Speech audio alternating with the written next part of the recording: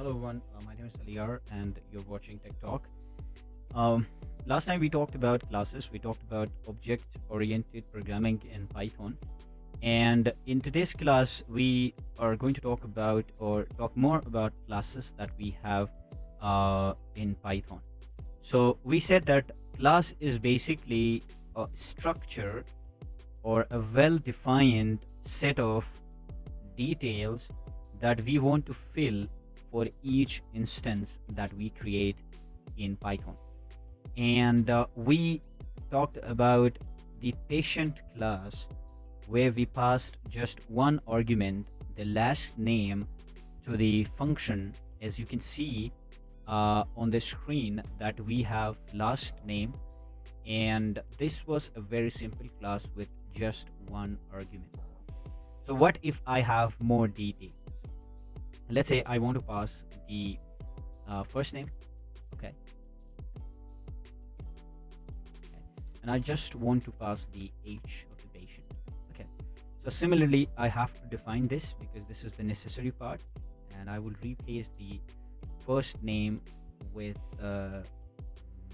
last name with first name, this one too, and I will replace this one with age because I want age to be stored for each instance that we create. Now I do not have just one argument, the last name, but I have the first name and the age. So don't be confused with the order, because whenever you go to hospital, it is a standard, especially in the Western world, that your last name is written first and then they write your first name. Your last name comes first and the first name comes second. So therefore I'm passing the last name. The order is important because whenever we are creating an instance of the class in our code, we have to take care of the order that we're creating the class in, because the interpreter will basically assign the values to these variables in order. The first comes, the last name comes first, the first name comes second, and then we have the age. So now here we are passing three arguments to the class, and we are saying that whenever a patient comes into the hospital, he really needs to fill this form with his last name, first name, and then his age. So this time I don't want to print this. I want to print a meaningful message, which will be an F string. It will be F string where hello, let me give the name, first name, because first name, okay, first name, hello, and then I want to print the last name, and then I'm saying hello, your age is this that you have entered, your age, and then I'm going to ask the question, right? So what I'm saying is that whenever a patient comes in, I want to hand over this form to him and ask him to fill this form with his last name, first name, and then his age. So I'll define this once, and then let's say I have a patient ID called 34 or 43 where I have handed over this form to him, and he is filling this form, let's say, with his details, and his last name is let's say, order is very important, please remember this, okay. So his last name is G, and his first name is let's say Sheldon, and his age is 27. So what happened here is I said, okay, whenever a patient comes in, I want to hand over this form to him, saying that please fill this form. So patient 43 comes in, I give this form to him, and then patient 44 comes in, and I also hand over the form to him. He fills this form with Anant, his last name, and let's say Shri Anand, let's say, is the first name, and the age is 24. So similarly, we can have as many instances of this class as we want. So now let me clear the screen and let me run the file, and you will find out that hello Sheldon G, your age is 27, right? and this one is hello Shri Anand, your age is 24, right? So what happened here is that I passed not just once element, but one argument, but three arguments in this case. So this means that I can pass um, whenever I want to pass some uh, uh, arguments, or as many arguments as I want to pass this class. Now let's make it a little bit more complex by defining function inside the class that we already have. Okay, now let me clear this one. Okay, so I have whenever a patient comes in, I want to tell him that if he is his age is less than 65, he is able to get Medicare or something, or health benefit or health insurance, something like that. So what I have to do is I have to get his age first, and then I have to print that okay, you are basically liable to get the health benefits that the government is providing. So now I want to check that if he is eligible for health benefits or not. So what I'm going to do is I'm going to pass the self here to the function is able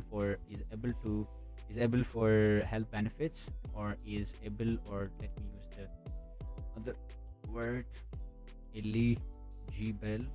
eligible is eligible for health benefits. So what I'm going to do is I'm going to just check the self age, whatever the instance is, I'm getting that passed to this function, and this function is basically going to, in the self, I mean the instance age, and check it. If it is greater than 65, it is going to print the print that you are eligible for the benefits. Now let's say I have two patients, and one is just let's say his first name, like his first name, I have to pass last name first. So first name is Sheldon, first name is last name is Lee, and first name is basically Sheldon, and his age is, let's say, 34, 32. Basically he's not able to get the he's not eligible for the health benefits, but let's create it, and let me give another example, and this would be Muhammad Lee. Let's say this is the second first name, and this is the second name, and his age is 32. His age is 66, just a year.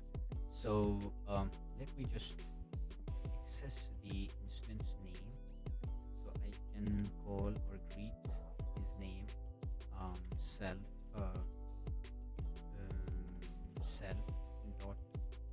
self dot definitely last name, and let me write this here Mr. and this one whatever instances we have here, it's going to greet first and say that you're you're eligible for the health. Let me write the right word here, eligible. Let me save it, run it, and see what happens. I want to call it for each patient. Let me give different names so I can differentiate between the names. So let's say Bice and 22 and 23. So let's say I have made a mistake here. Apologize for that. I had defined this function inside this function. We do not need to do that. So I just defined that function outside the this init function, and it worked well. So what happened is I created this instance, and I said okay, check that if Mr. Lee is basically or Mr. Muhammad Lee is basically able to get health benefits, and it said okay, it is able to get health benefits. But if I change that to 23 patient, since his age is just 32, he's not able to get, or is not eligible for the health benefits from the government because he's not a senior citizen, and it is going to print nothing on the screen. Sorry for that. I did not notice that I defined this inside the init function. The init function is just responsible for getting all the arguments and make sure that they are passed to their respective names in the function or in the class. So this is basically what we call in classes in Python. So let me just talk about changing the values of these instances outside of the class. For example, if I have the age is 32, next year I want to replace that with the age 36, 30 after 30 years, let's say, or after 40 years, I want to replace that age with new age. So see, I had passed 32 here, okay, for patient 23, but I said no, I want to change the value. I was mistaken. So what I did here, I said, okay, this is the instance. Go inside that instance, take the age variable and fill it with 85. Now the age of this patient, Sheldon Lee, is no more 32. It is basically the new age of the patients, and that's why I think the a value has changed. See, it's 85 now. So this is how you can change the values in Python inside the class from outside the class through the instance, and the dot helper is basically saying that go to the P23 instance and take out the age and replace it with a new number. So in this case, it's 85. So this is how you create instances.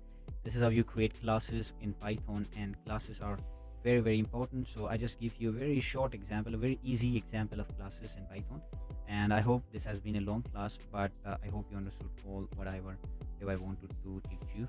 Thank you so much. I'll see you next time. Take care.